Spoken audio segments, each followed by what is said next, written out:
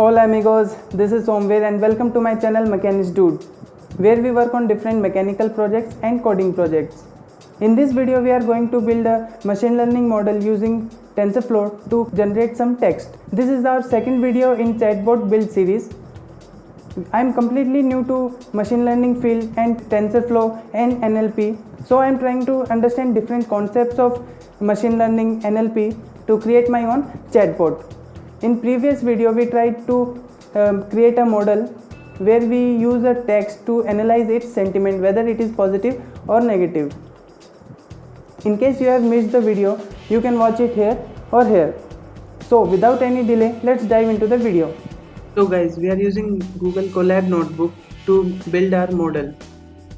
I will walk you through the prepared Colab Notebook because running it live will take a lot of time. So we will be using LSTM to build our model for text generation.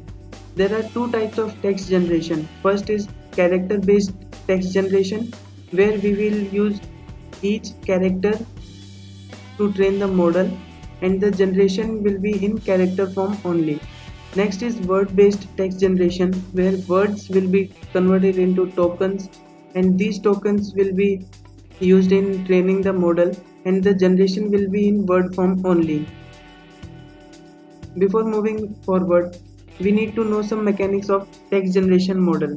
The next word of the sequence in the model is predicted using the words that are already present in our sequence in our vocab. Text generation is a simple model where splitting the data into training and testing sets is not required. This is why our model will use all the words in the sequence to predict the next word, so we will not divide the data into training and testing set. One good thing about TensorFlow is that the flow of program is almost same in every model.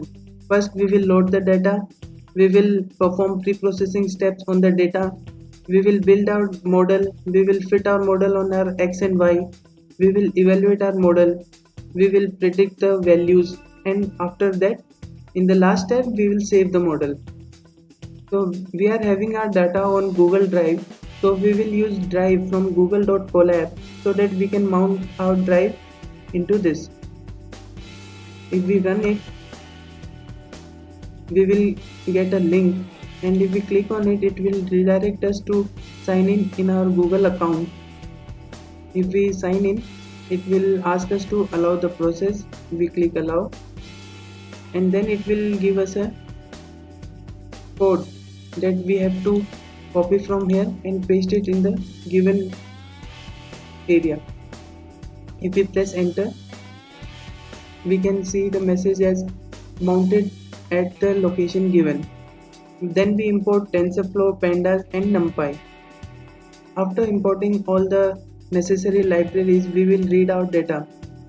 For reading the data, we will use the open function, and this path can be found from our local Google Drive, such as if we click here, click on Drive, click on My Drive, wherever our file is located, we go to the place, we right click on the file and we copy path, then we paste it here, and we are reading the data into storage data. If we print it out, we can see that the data is not clean, it has some punctuations which are not necessary for our model.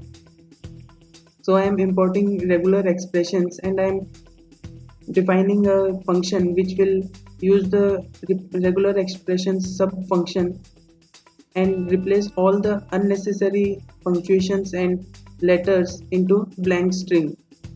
So we will split using the \n we just added to our data, and we will call it final data.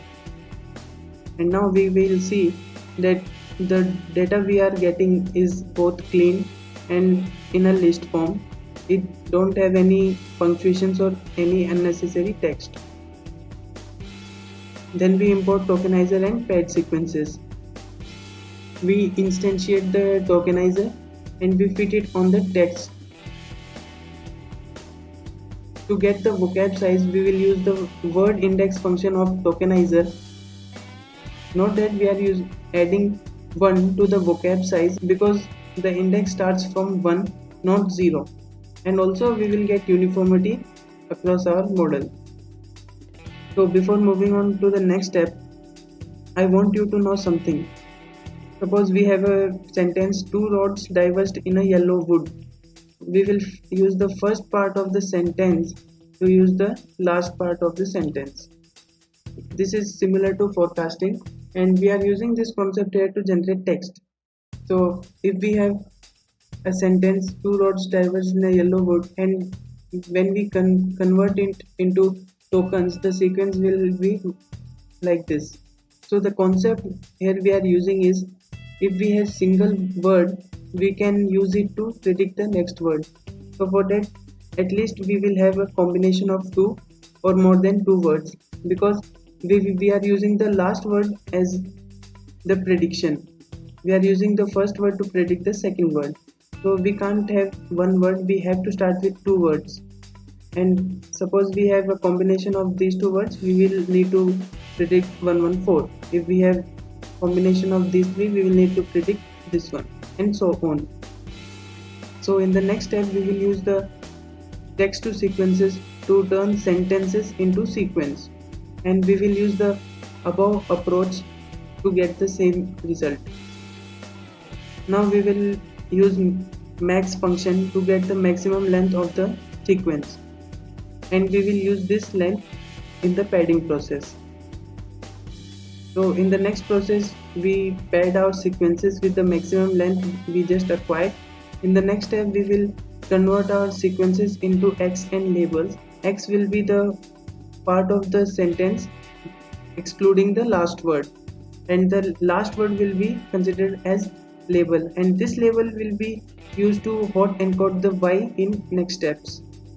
We are using two categorical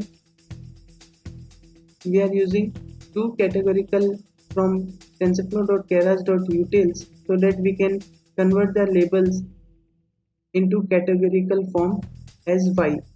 So the next step is building our model. We are using functional APIs of Keras to define our model. These are the hyperparameters I am using. There may be different values that can give different results. So if you are using different values and you are getting good results, please let me know in the comment sections below. We are giving the shape as maximum sequence length -1 because we are preserving the last space for the predicted word. We are providing it embedding layer. After that, we are providing one dropout layer, one LSTM layer, one bidirectional layer, so that the back propagation is good and we can get better results. Then we add global max pooling. Then we add one dense layer with accumulation value, and finally we use the output dense layer with the categories as vocab size, because we are finally predicting the word that is present in our vocab size. We are using softmax activation as this is multi-class classification. Then we provide the input and output shape to our model to initiate our model. I am also adding pipeline method of sequential to define a model for those who are comfortable using this method. Then we compile our model with Adam optimizer and learning rate as 0.001, loss as categorical cross entropy, and accuracy as matrix. We can also check the summary of the model as model.summary. Now we fit our model on X and Y and we run it for 100 epochs. As we can see, at the end of 100 epochs, we are getting an accuracy of 90.57, and if we plot it, we can see that we are getting a good accuracy. So before we move on the prediction, I define a function here as predict words, which will take input as seed, and this is the text which will be used to generate next words upon, and the number of words the model needs to generate. I am using the model.predict to predict the labels, and we are using the index items so that we can get the word according to the index, and we will add it to the seed text, and we will use the predicted word in the seed so that we can predict the next word. So while we are predicting, we need to provide one seed text, and I am giving here as I am feeling good today, and I want the model to predict next 20 words for me. I'm providing the pretext and next words to the predict words function, and I can see that I'm getting this line. With 90% accuracy, I think the model is providing good results. And in this model, I'm providing the poetry of Robert Frost as the input. So we will get output lines which is similar to poems of Robert Frost. So after prediction, we can save our model using the model.save function, which will create a HTF5 file which can be used in our further applications. So guys, that was our model where we provide some seed text and the number of words we need, and the model will generate that number of words. Hope I am able to make you understand some concepts of NLP. If you have any queries, any questions, any feedback, any optimization method for this model, please let me know in the comment section below. Also, in our next video, we will be experimenting with sequence to sequence model to advance in our chatbot build. So don't forget to hit the subscribe button so that you don't miss out any videos. Thank you.